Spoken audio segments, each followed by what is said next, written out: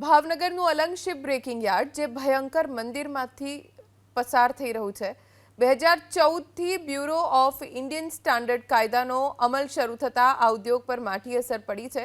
5 લાખથી વધુ શ્રમિક અને રોલિંગ મિલ પર મંદીનું ગ્રહણ છે ઉદ્યોગકારોના મતે 41 વર્ષના ઇતિહાસમાં આટલી નબળી સ્થિતિ ક્યારેય નથી છેલ્લા 10 વર્ષમાં સૌથી ઓછા જહાજ અહીં લાંગર્યા છે વર્ષ 2023માં 137 2024માં માત્ર 109 જહાજ ભંગાણ અર્થે અલંગ સુધી પહોંચ્યા શિપ બ્રેકિંગમાં બાંગ્લાદેશ પાકિસ્તાન અને તુર્કી જેવા દેશો સાથે સ્પર્ધા છે ભાવનગરથી દિલ્હીમાં બે કેન્દ્રીય મંત્રી પ્રતિનિધિત્વ કરતા હોવા છતાં અલંગ શિપ બ્રેકિંગ ઉદ્યોગનો ઉદ્ધાર નથી કરી શક્યા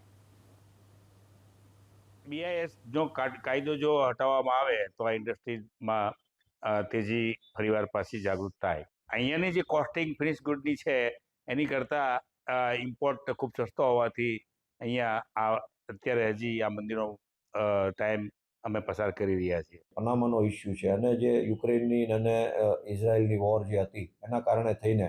શિપોને જે અમારે અહીંયા જે તૂટવા માટે આવવા જોઈએ એ લોકોને ખૂબ જ ફરીને કાર્ગો લાવવાનો હોવાના કારણે થઈને